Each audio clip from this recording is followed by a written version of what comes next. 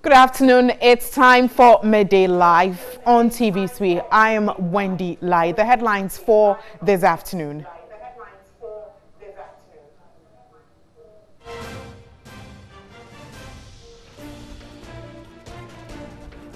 Number of women who have reported gender-based violence to the police increased from 10,640 in 2016 to 12,360 cases.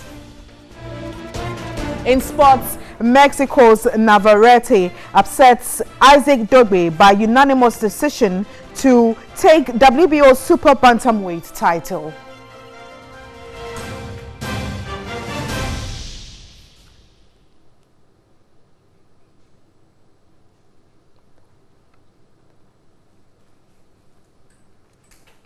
Let's start with our stories now. We'll look at some mission stories. We focus on education, and for pupils of Kinkele in the Dafiama Buzia Isa district, a new school building means a new beginning. They have for years studied under trees and in dilapidated buildings. Bright Nana Amfo reports this is no more after Mission's advocacy saw the building of a new 3-unit classroom block. 9 M N I N E. Good. For years, Kinkele's educational facilities were in poor shape. People studied under trees. This slowed down efforts at improving education. The structure we are seeing now was actually the efforts of the community members, because they have a lot of kids who were not going to school. And where the nearest school is very far. The kids cannot work there. So the parents, on their own efforts, decided to put up this structure. Despite the effort by the community, the dilapidated school building was a disincentive. Many children stayed away from school. Community elders made several appeals to the district assembly. What they needed was a school building that will attract children. Mission joined the Kinkele community in the advocacy to have a new school building. This worked magic. We heard about Kinkele. We came first of all to see what the plight is. Then we put in our 2018 composite budget that we provide them with first time a 3-unit classroom block to start with. In February 2018, after visits by the mission team, the contract was awarded. Construction started immediately with a promise to complete the project in 4 months. We need sand, cement, iron rods, everything. You know, all these materials, are you getting them on time that can help you to finish the project? Yeah, we get anything. We get zinc, maize, everything. Everything is set for the project. Yeah. And so you're sure that in about 3-4 months' time, it will be completed? Yeah, 4 months that we will completed. Unfortunately, this site foreman did not live to see the fruits of his hard work. He passed on in a motorbike accident before the project was completed. The community, though sympathizes with the family of the deceased site foreman, were happy their kids can now have a conducive place to learn. The community supported every aspect of work. The hope was to see children in a new school building. 2018 in November, Kinkele's school children now have a new school building.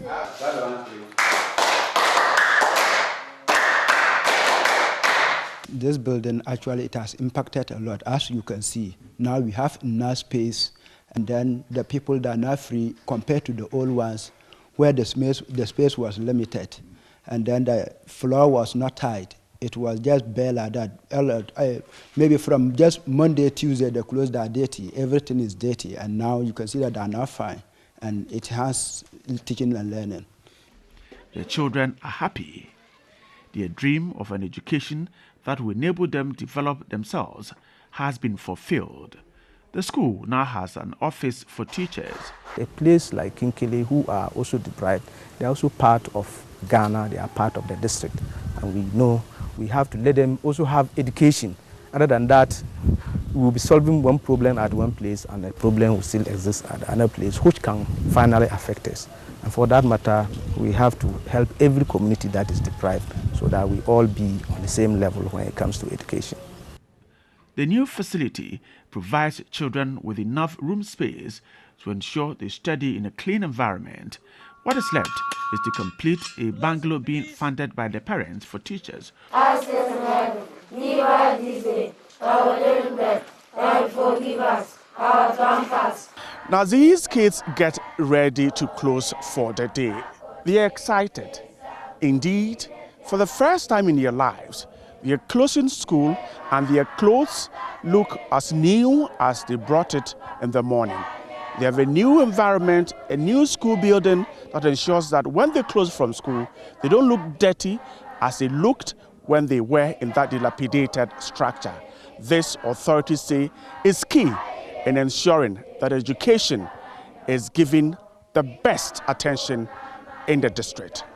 Bright Nanamfo, TV3, Kinkili.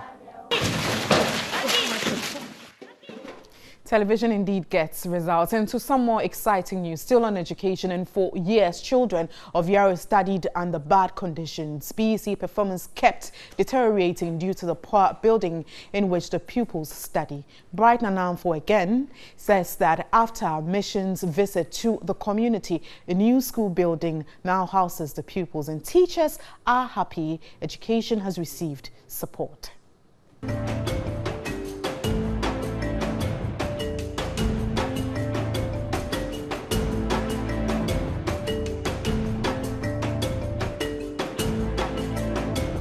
Sometimes you read, but the snake can come with you. The teachers can run out about the snake.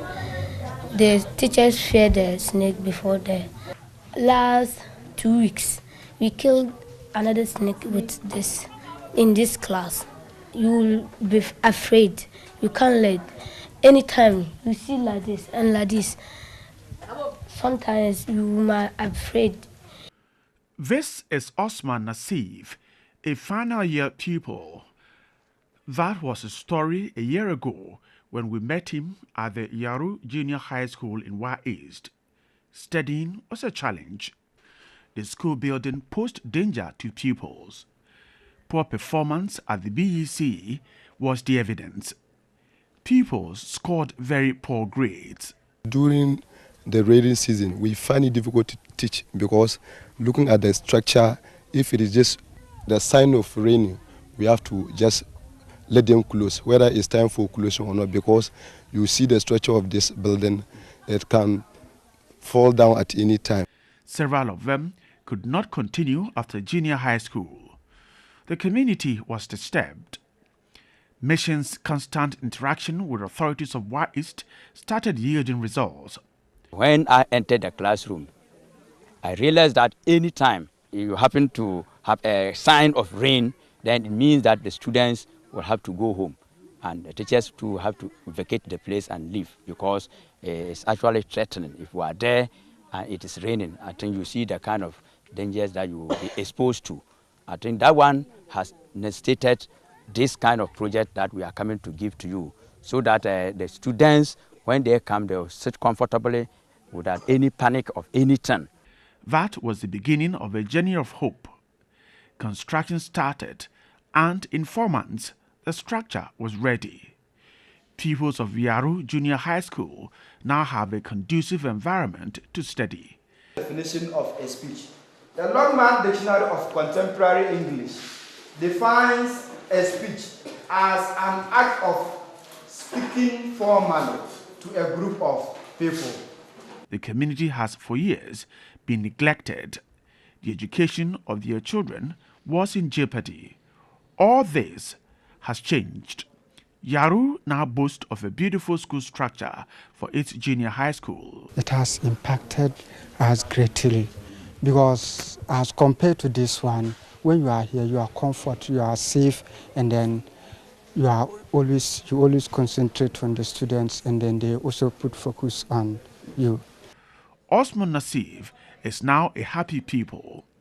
He promised me excellent grades at the BEC. The learning is going very good, and the teachers are teaching you no fear in your heart. If at that time you are teaching, but the snakes are disturbing you, because of that, the learning is not being in your mind. Like his other schoolmates, they are no longer shy coming to school due to the poor building. I feel happy because the school is building so much. I'm learn hard, and others learn hard because she feel happy to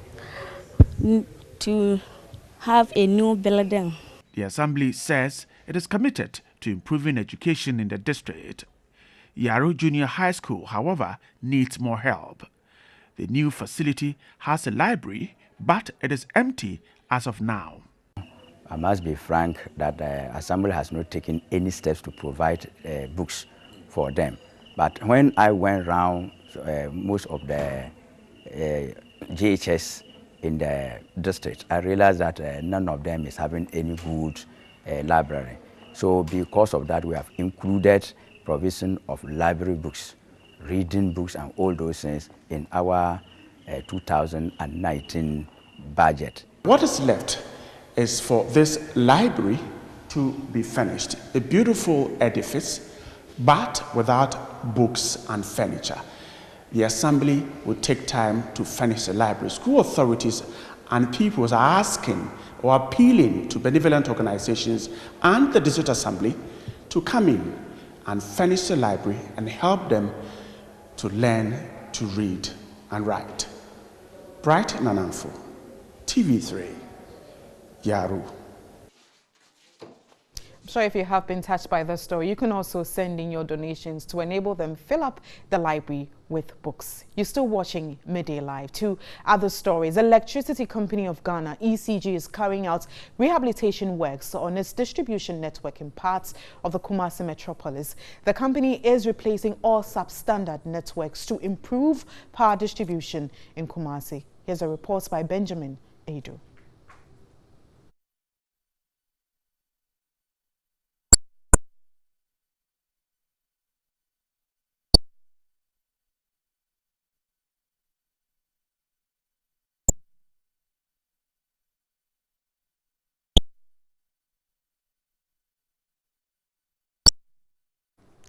The Electricity Company of Ghana, ECG, is carrying out rehabilitation works on its distribution network in parts of the Kumasi metropolis. The company is replacing all substandard networks to improve power distribution in the metropolis.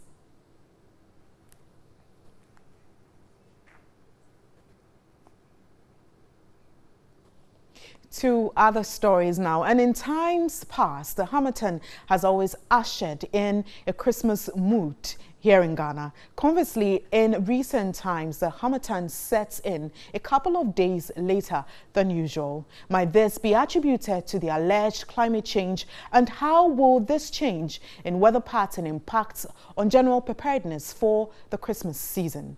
Here is a report by Natalie Ford. Ghana, the Christmas season is usually accompanied by Harmattan. It's a few weeks to Christmas, but still no sign of Harmattan. According to weather conditions forecasted by the radar, the coastal sectors should see the Harmattan winds come in closer to Christmas Day. But how is this delay in Harmattan going to affect the Christmas fever? The northeast monsoons is no doubt a significant weather pattern in Ghana. The winds blow from December to March, lowering the humidity and causing hotter days and cooler nights, particularly in the northern sector. Senior meteorologist with the Ghana Meteorological Agency, Michael Paddy, explained the winds from the Sahara is much slower than usual, resulting in a delay in the Harmattan setting in Ghana. The Harmattan has delayed slightly, especially over the southern sector of the country. But over the northern sector, slightly hazy conditions are experienced. By Christmas time, we expect to see slight intensification of the Harmattan over the northern sector, which would bring the minds of people that, well, it is Christmas time. But does this mean the Harmattan this December will be less severe? Currently, over the northern sector, visibility is not so bad. One can see about 8 to 10 kilometers away. Towards the Christmas time, we expect it to reduce slightly due to the incursion of the hazy conditions.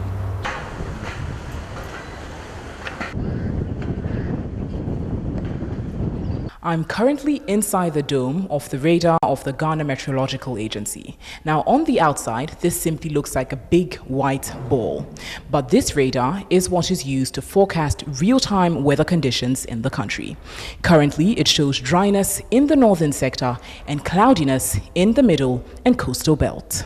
In the capital, the Christmas fever is picking up slowly.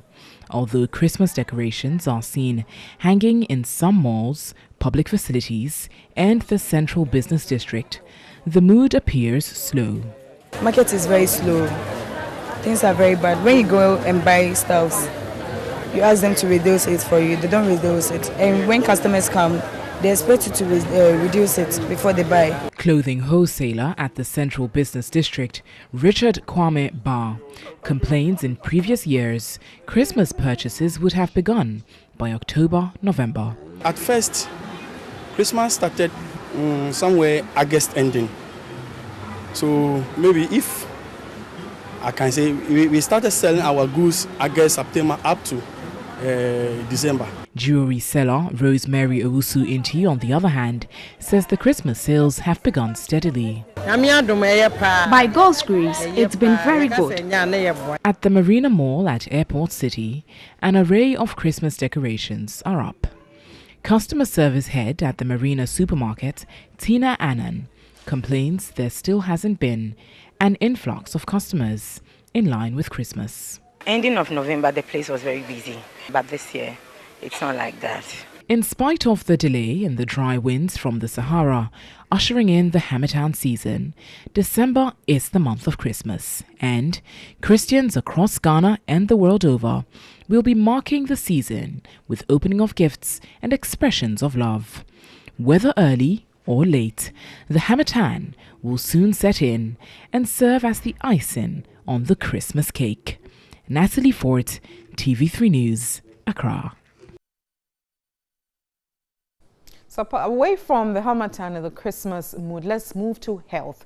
And over-the-counter medication has become a household practice by both young and old, rich and poor, and people from all walks of life. Going to the hospital to see a medical doctor for proper diagnosis is being considered by some people a waste of time and stressful. Our reporter Gifty Ami Zioklui has been finding out more about this phenomenon. Over-the-counter medicines are known to be drugs one can buy without a prescription. The number of over-the-counter medications have recently increased as a lot of prescribed medications are being stretched to OCT status. Self-medication also has advantages for healthcare systems as it facilitates better use of clinical skills and increases access to medication. However, self-medication is associated with risks such as misdiagnosis, use of excessive drug dosage, prolonged duration for drug use. Ailments such as heartburns, migraine, period pain, coughs, colds and acid stomach are commonly treated with non-prescribed drugs. Meet Prince Opoku. He regularly patronizes the pharmacy because he believes pharmacists better appreciate his medical condition. What I know is pharmacists know the drugs. Yeah, not really more than the doctors, but yeah, they know more than the doctors, if I should say that. There are some conditions the pharmacist will tell you, go see your doctor. Do you get it? So if you refer me, I'll go see my doctor. But if you can treat me, why not? I'll allow you to treat me. Another patron of over-the-counter medications, Emmanuel Langman, says a pharmacy remains his first option before seeking a doctor's assistance. Usually for the most common diseases like malaria, typhoid, we know the symptoms. Most of us are aware of the symptoms. So when I start feeling certain symptoms that I think this is likely to be malaria, I just walk to the pharmacy to purchase that OTC for malaria. And when I realize it's not working, then maybe I'll just resort to the hospital. But my first point of treatment will be the pharmacy because of proximity. They both claim some doctors ignore their concerns and are therefore compelled to purchase drugs over the counter without prescription. A pharmacist at the Biotic Pharmacy, Ignatius Amihere, explained they educate patrons on the need to seek medical advice when their ailment is beyond them. He, however, expressed concern people suffering from sexually transmitted infections mostly patronize over-the-counter drugs. They can't go to the hospital. Some of them are shy to meet their practitioner, so they tend to come here. They also say that they don't give them listening ears when they go there. So at least when they come to the pharmacy, it becomes an opportunity. They are able to voice out what is wrong with them and they get a listening ear. Deputy Registrar of Operations at the Pharmacy Council, Dr. Daniel Ameni Dankwa, however, refuted the argument that patronizing over-the-counter medication is a bad practice. The Pharmacy Council also hinted they will be outlining some modalities to serve as guidelines and restrictions on the operations of pharmacists to reduce over-reliance on over-the-counter drugs. The fact of the matter is that once we are human beings and there is going to be diseases, there will always be the need for medications use. What the council is going to do come 2019 is to restrict practice. Currently, it is generally perceived that any person you meet in a licensed outlet like a pharmacy or an over-the-counter medicine seller's shop is registered or licensed to practice. But I must say that sometimes the people you meet there are not the licensed practitioners. And so we are going to put in place modalities, guidelines to ensure that if you are not licensed to be in a particular pharmacy, you are never there. So there will be mandatory wearing of name tags. And the name tag will tell the client who you are, your name, and then the category of health personnel that you belong. The trend in self-treatment is likely to continue, but the Council is pledging to continue creating public awareness to reduce over-reliance on over-the-counter drugs. The United Nations estimates every year $1 trillion is paid in bribes, while an estimated $2.6 trillion are stolen annually through corruption.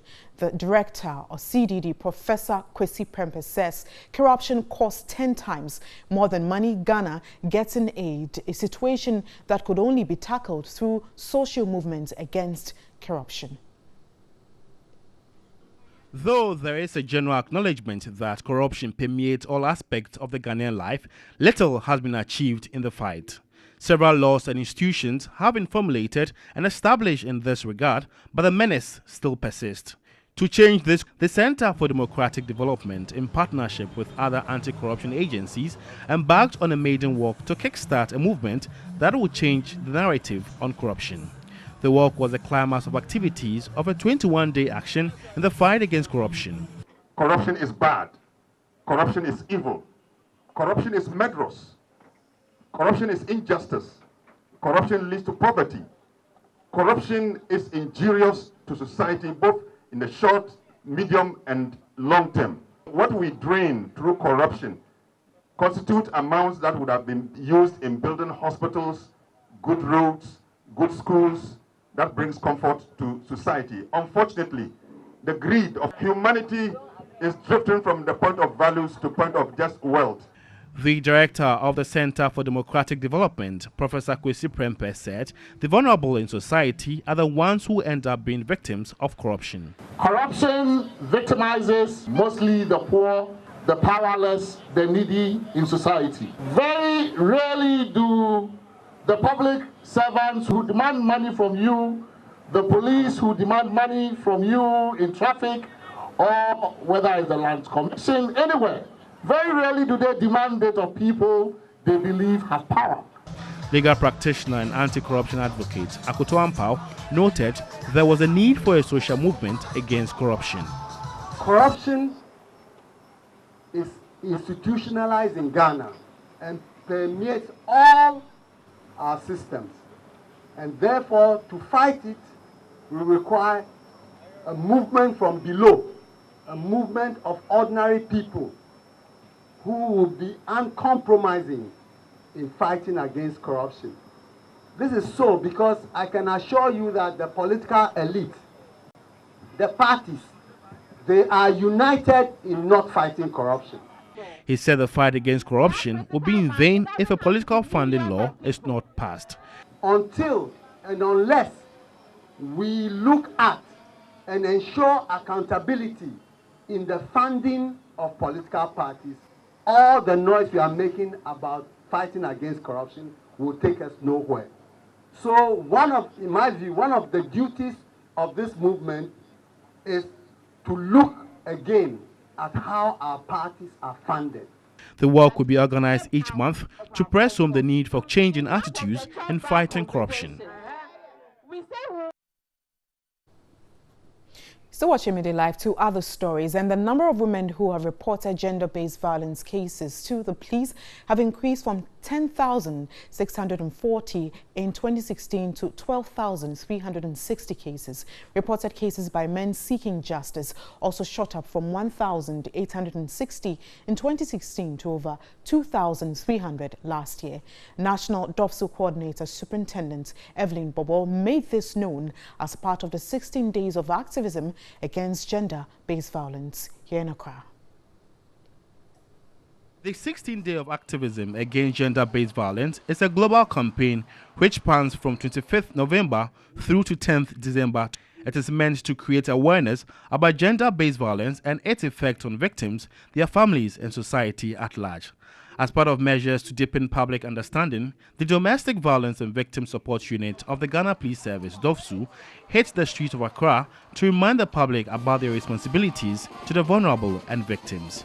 Dubbed Hear Me Too, the campaign started from the Osu Police Station through Castle Junction to the Tama Station.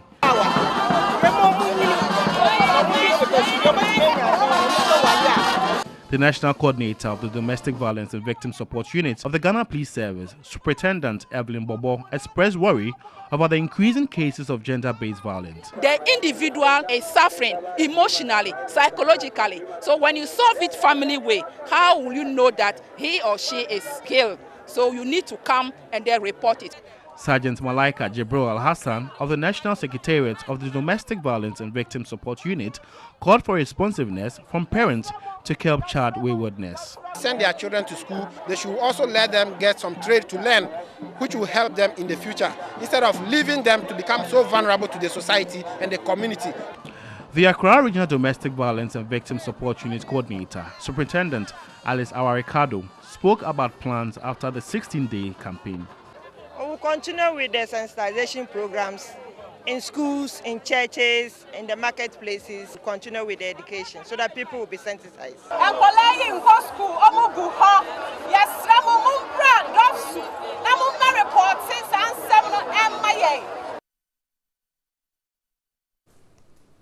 To some more stories, and Ghana is implementing an e-workspace solution across all ministries, departments and agencies. The nationwide project is to support seamless communication, ensure transparency to improve productivity and accountability. The Communications Ministry says it has also introduced various e-applications to enhance effective service delivery to the citizenry. The migration of Ghana from analog terrestrial television to digital terrestrial television broadcasting followed the 2006 Geneva Agreement. The National Communications Authority in June 2013 engaged Google to experiment with the television white space technology, access the terrestrial television channel allocations, and its suitability for implementation. Trials which were conducted by the Kofi Annan Advanced ICT Training Institute, Ghana Technology University College and the University of Ghana over the years have proved efficient.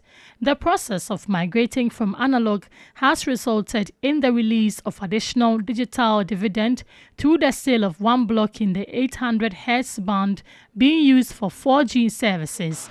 The Eastern Corridor fiber optic backbone has been constructed to connect 24 districts and towns from Ho to Boko and from Yendi to Tamale.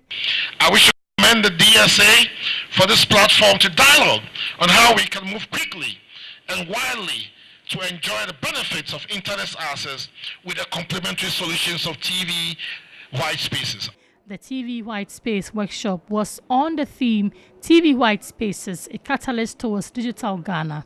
The workshop was organized by the Internet Society Ghana chapter in conjunction with Dynamic Spectrum Alliance. NITA is also passing traffic from government agencies who work within the 27 districts that the fiber optics covers, and that makes it easy for them to access services from the National Data Center in Accra. The TVWS technology will help bridge the gap between the rural and the urban internet services. You're still watching Midday Live. Do stay with us.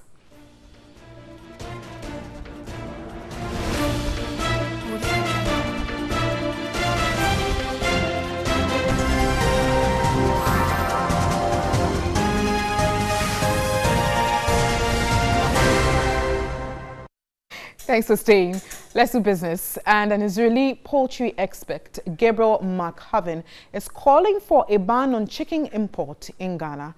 According to him, Ghana has a very good climate for the production of poultry. Hence, there is no justification for the country to continue depending on imports to feed her people. Available figures show that in 2017, a total of over 135,000 metric tons of frozen chicken was imported from European Union into Ghana. The figure was a 76% increase over the 2016 EU import. Poultry farms in Ghana are unable to meet demand for poultry products. This is due to the high production cost, which has led to low patronage of local poultry. But an Israeli poultry feed expert wonders why Ghana should still import huge amount of chicken. On this bottle, I see very warming sign for me. This made in Ghana is made locally. And I wish you put this mark to every chicken in your country. Will mark it made in Ghana. Maybe in future ban import of chickens. Dr. William Edukuma is the Deputy Director of Veterinary Services Directorate at the Ministry of Food and Agriculture. A few years ago, you all know the big names that we have, the big players, the Daku farms, the Afariwa farms, the Akropon farms. Now, you can't hear of them again. So, profitability is a big challenge in the industry. Chief Executive Officer of the Green Life Company Limited, Marianne Solomon, speaking at the introduction of a chicken protector jointly by the Ministry of Food and Agriculture and the FAO, want Ghanaians to embrace local poultry to promote the industry.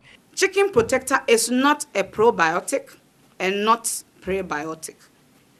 Chicken protector, grow chicken naturally and maximize profits. The Israeli chicken protector is a food supplement that reduces the dependence on antibiotics and other chemicals in poultry farming. It has been piloted at mass farms with credible results including costs of reduction, fast growth and disease resistance. To other business stories, and the Energy Committee of Parliament has expressed concern over what it described as blatant disrespect by the Tema oil refinery. According to ranking member of the committee, Anna Mutawakilu, officials of TOR have consistently turned down the committee's invitation as a result. Now, members have not been able to look at the refinery's financials since 2017. The Tema Oil Refinery is expected to account to Parliament annually, but according to the Mines and Energy Committee, that exercise has not been conducted since 2017. Upon several invitations for them to appear, 2018, 2 invitations, they had declined to appear. But you all bear with me that issues in the social media and in the public domain is not good for TOR. One, turning it to a tank farm was not good. We clicked against it. They got 950 barrels of oil for production. And we're told there will be consecutive production. That means they won't be shut down. As we speak today, Tema Oil Refinery is not producing. IES had come out with a statement And I support that statement. According to the ranking member of the committee, Adam Mutawakilu, TOR has incurred $24 million in debts. TOR must know that whatever they process or whatever businesses they run is for the people of Ghana, and that is Ghanaian. And we are representative of the people. And therefore, the Speaker's Committee, we have the powers of a high court. Soon, we have to subpoena them to appear before us so that we'll be able to look at their financials. The Damagu MP urged government to investigate the matter. The method they adopted was not the best method. You can't see the oil prices declining and you'll be buying crude at 80, because you have to always know the projections. Now you bought them at $80 per barrel. Now crude oil is about $60 per barrel. Whatever you produce, there is a relationship between crude and finished products. There is a relationship. They indicated there's no relationship. In their rejoinder to IES, I don't think so. And that's all for business. Next, we have sports with Thierry Nyan. Well, before we bring in Thierry, let's go to another story. And President Akufo-Addo on Friday presented 24 awards for award-winning farmers in Ghana. The award will cater for the tertiary education of the wards of the winners who want to pursue programs in agriculture at the next level.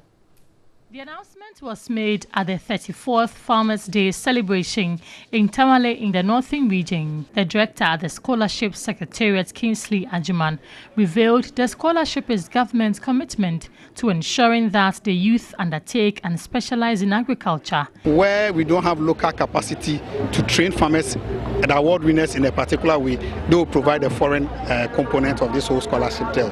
He explains the modalities of the awards. The government has paid up to the end of this year, so there are no scholarship arrears both locally and abroad. So when it comes to sustainability, I can say without mincing words that the government is very capable, and because education is a priority area of government will do it. The Best Agro Processor of the Year 2018 award was introduced to the 34th awards celebration. Chief Executive Officer of the Yadent Agro Group of Companies, Samuel Ntim Edu, bagged the added-on category. A cheerful Samuel expressed gratitude to his financial company. He also urged Ghanaians to take advantage of support from financial institutions and government in agriculture. The future of Ghana, the future of Africa is agriculture. By 2035, 65% of all youth in the world will be Africans. They are going to eat. I was a career person and I resigned about some 13 years ago to start farming and processing. And today, if I'm receiving a national award, it goes to tell what efforts and what potentials that lie in there. Meanwhile, 21 categories of awards were given to outstanding farmers in Ghana at the celebration. 60-year-old James Obimboateng of Nkranza South won the overall Best Farmer of the Year. We say a big congratulations to all the award winners. And this afternoon is all about Ghana's most beautiful, with redefining beauty to promote national unity as its tagline. Ghana's most beautiful is undoubtedly one of the few successful pageants since the introduction of pageants in 1957.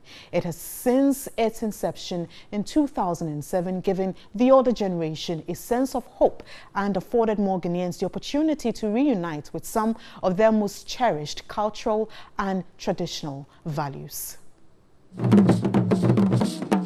Being one of the biggest and most educative reality shows, GMB has won the hearts of many across the length and breadth of the country, and a lot more deserving, intelligent young ladies have been successfully crowned as beauty queens. The Central Region's representative, Ama, made history by being the first queen of the Maiden GMB pageant in 2007. Adole from the host region, Greater Accra, became the second queen in 2008. Ama from the Eastern region in 2010 and Ashanti region's Equia in 2011. Excellent performances from Volta region's MFA won her the crown in 2012 and Poka from the Upper East region in 2013.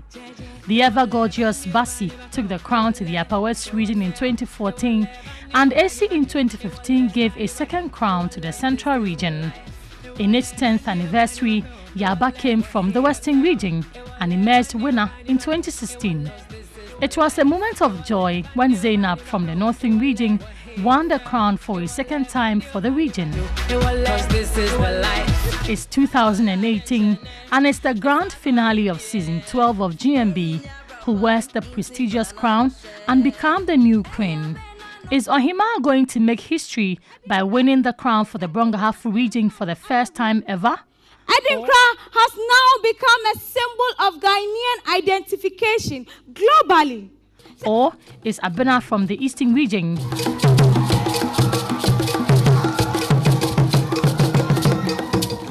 Afra from the Ashanti region? Our month-long ecotourism journey began at Kakum National Park, which can be found at Cape Coast. Or Wakia from the Upper East, going to have a second crown to their regions? Let us always remember to wash our hands with soap and water at critical moments such as after visiting the toilets, after changing diaper, just like what Kadwa did.